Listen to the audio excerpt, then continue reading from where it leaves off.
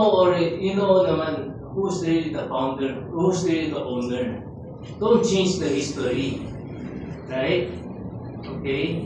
Actually, I can say, if I may, something, no, some history about my Lolo's company.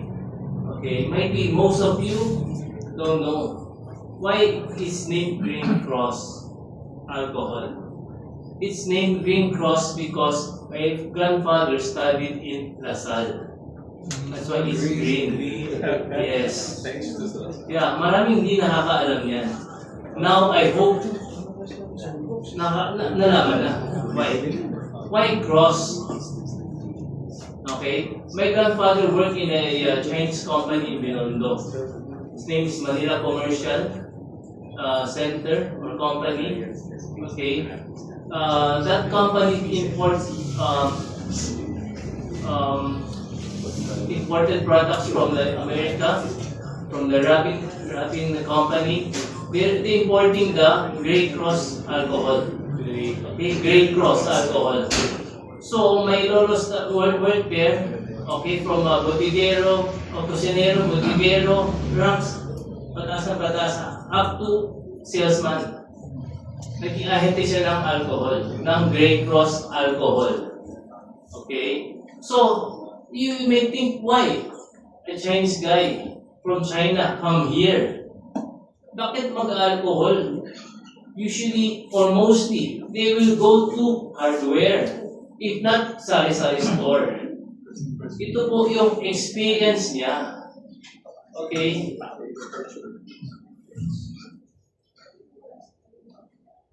Ito, pag ganyan eh, you don't play fair. You have money lang to pay those judges. I'm telling you. Kung sino may pera, he can pay. Right? In this country.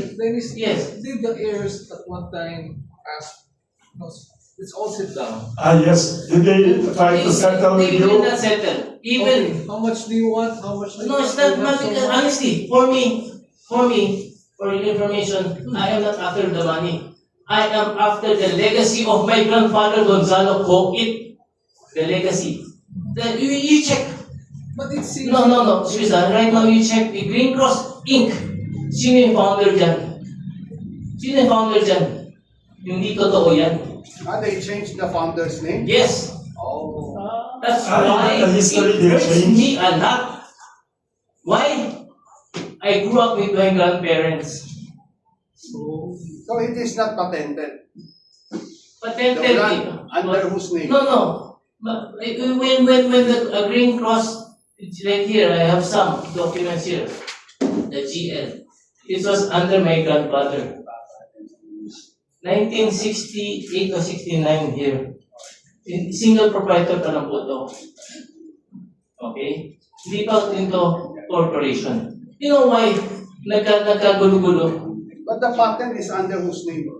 Now, it's Green Cross Inc. But before, it started with Gonzalo Laboratory. O how come naging Green Cross Inc.? Because Because of it changed the patent, series right? of Patent, you know, right? yeah, but what I mean to say, what I know also, di ba? Na Unless they pay everything the patent, started, unless they pay the patent company. before it's patented, you know, before in the Philippines, that's what we call patent office or something. Right now, it's IPO na. You know, all the, honestly, I don't want to say this, you know, actually, I'm not in position to say this, no, this about the legal, about the cases, no, di ba? There's still pending case kasi na. Yes, no, okay, I'm not in the position, okay, as I've said, but So you can disclose whose name under na yun ang founder ng Green Cross. you can check it out. They're claiming that it's my great-grandfather who founded the company. They take your great But grandfather. actually, as you see a while ago, Mr. Josiah Go, the marketing guru, I think everyone knows him. Everyone respected him, right? He will not, hindi naman igagampo niya yung pangalan niya. But yung timeline, mache-check naman Yes, eh. oo, but- If your great-grandfather or your... Yes. What is your message, Mr. Tola? Yes, Summary of your summary message. lang, okay. What I mean to say, I want my lolo to have a justice. Okay? Are you hopeful? Are you hopeful? Of course. Very bad. Yes. If you want to change, you change. Okay? Better now than never. You change so you can have, peace of mind. Pag kung mamatay tayo, hindi naman natin madadala ang mga pera. Dennis, who has the full control? Right now, it's my grandfather's siblings. How many of them took over? I think, yeah, example, this one, Mr. Josiah Akin, Mr. But Josiah can they follow the advice of Professor Eric Soriano to sit down with you, or they refuse to sit down with you anymore? Anytime, Are they anywhere. willing? No. I mean, of course, they will not. Because why? Ever since my grandfather's case like this, what's happening, they don't want to listen. It's so ungrateful. Honestly, it's so ungrateful. My lolo, founded it, established it, and then binago lang. When was the last time you met the other side, your side? I mean, I'm not 5 really years, close. 10 years? More, yeah, something like that. Thank you. Any last message before For me. Professor Yano, Professor? Yeah, okay. Yung last message, Lessons learned. lessons learned. How people can avoid what experienced by your family. yeah, How could people avoid to become like your grandfather?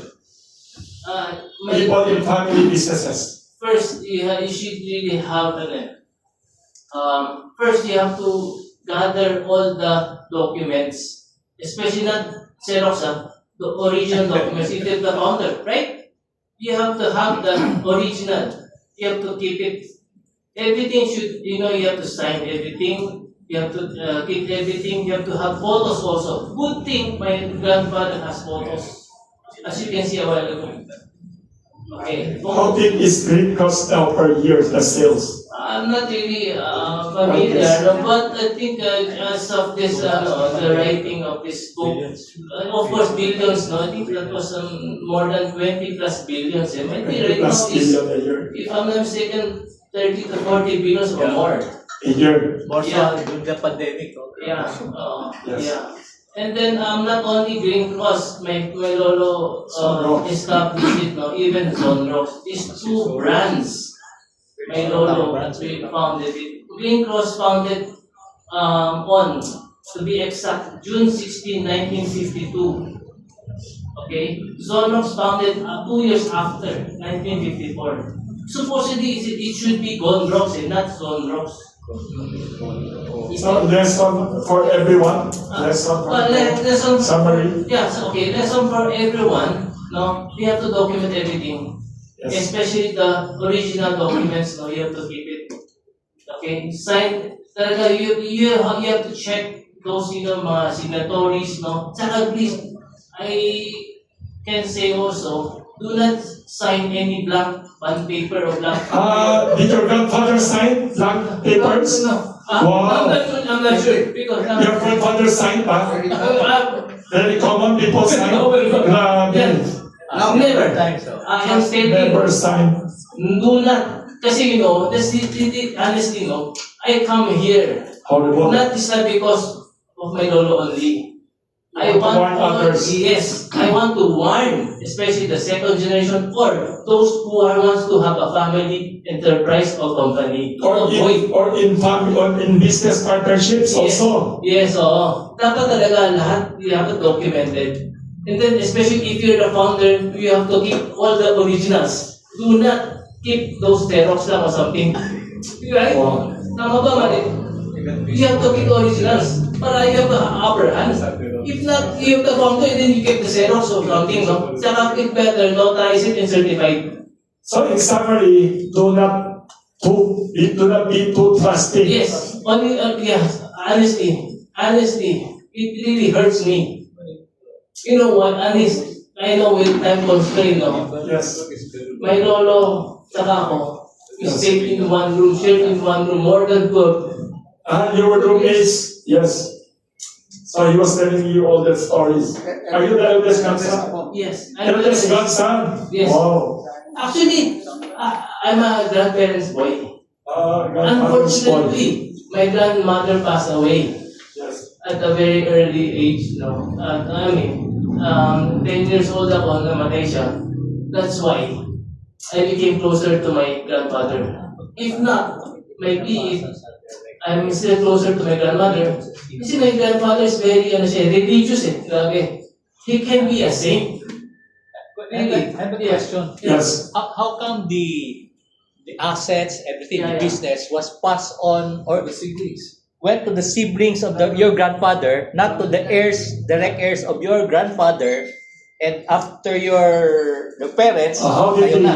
How come it went sideways? Yeah. Short story. Ang masasabi, Aside. ang masasabi ko kasi dyan yung blind trust eh. Because Blind his trust. third brother, to be specific, Joseph Ko, as my grandfather, you have to make the company corporation. Kasi From single proprietorship, they transferred the corporation to a corporation. Yes, keep on signing. Keep on signing the documents. Professor and Mr. Flores, no? Yes, yes. 1952, wala naging problema until 1971 eh. Yung Naging corporation. If you can check in the government, I don't know what to call that, sa mga SEC ba tawag dyan or something, no? Kung single proprietor pa that time, hindi pa SEC eh. Di ba? You can check 1952, June 16, 1952 until 1971, August something. And particularly August 1971. Wala naging problema yan. Once naging change na to corporation, dyan nagka-start. Kasi informal family arrangement, corporation. I know, kasi siyempre, hindi pa ako pinahanap yan. That time, You were not yet around. If you were there, you would have advised them. Yes, of course. You were still young. At saka may lolo kasi tour trusting eh. Yes, yes. So, siya, if you know, I think you know my lolo. Yes. Mr. Flores, I was fortunate to have met him in the book launching and attending the book launching. Alam mo, Professor was the founder of National Bookstore, was the founder of Cardinal. They attended. may laws isa. They expressed solidarity with the co-founder. No, please after. No, after. So lesson, do not be too trusting. This Lolo is also a very active Yeah. supporter of Pasay Fire Yes. Volunteers. Talaga? Yeah, this one, no? So your grandfather was a philanthropist also, a good A few guy. times kasama ko siya eh. Sa Leverisa. Tama. Tama, no? There is a corner. There's a fire brigade something. A few times I went with him. No? This one naman, Mr. Mariano, okay. One of my grandfather's first customers. Yes. One of the first. That's why we're very close. Eh. To Mercury, yes. Yeah, he sold to me. He met Kaya my yung daughter. kaaway SM. ng father ni Hans. Oh, yeah, SM. So, any final message again to the public? Any other message you want to impart? Lesson. So, do not be too trusting, be careful. Yeah. Any parting message before the professor will have a closing statement? My lolo always ask me and tell me to pray. So be prayerful, Prayerful. That's the most powerful. no matter what happens. No matter what happens now. And also, Yes. before I forget, I will always remember, my lolo always tell me, Yes.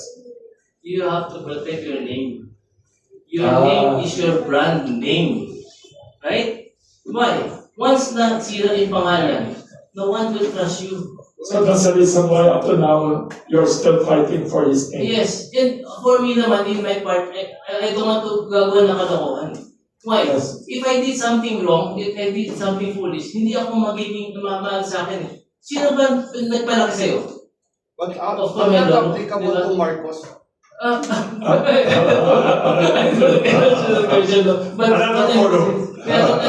what I mean to say again, my lolo always tell me, you pray, that always in the tawag sa pray, and the name. Your name is your brand name. Huwag mo sirain. Once na sira yan, mahirap na